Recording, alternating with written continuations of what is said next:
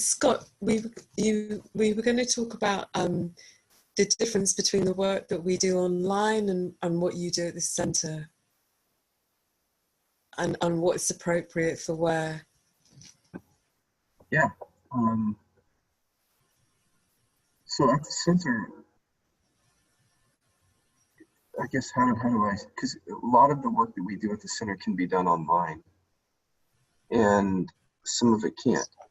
So at the center now we have the center, which is an intensive outpatient program, which means you come and you may stay at our sober house, which is not connected to the center, or you may stay on your own. It's an outpatient center.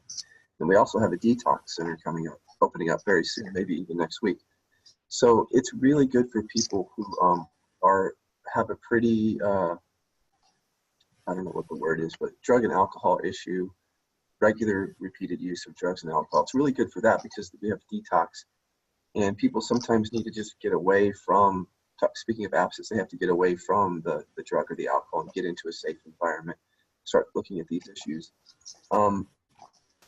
So normally if there's a drug or alcohol issue and someone can't come to the center and they want to work with a facilitator online, we just kind of take a look at the situation a little bit here at the center to see if we can if it's okay for the facilitator to work with that person. Because if there's a withdrawal issue, like a risk of some sort of something happening, we tend to shy away from that, and we would say to the person, go somewhere or go to a doctor, take care of that.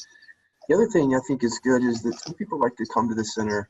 Well, before I get into that, so really that leaves open a whole bunch of people who either can't afford to come to the center, or their insurance only covers drug and alcohol addiction, but they have an addiction to food or something else. There's a whole lot of people that can't come here that can benefit from working with facilitators online. Livinginquiries.com, go there and find them. There's a lot of people that can be serviced there instead of coming here. Other folks that come here are people who just they like to be in like a very supportive atmosphere to deal with their trauma or some other non-addiction issue. And, because we're here every day with people, or 6 days a week, kind of all day, it's a highly supportive atmosphere, and they kind of like that.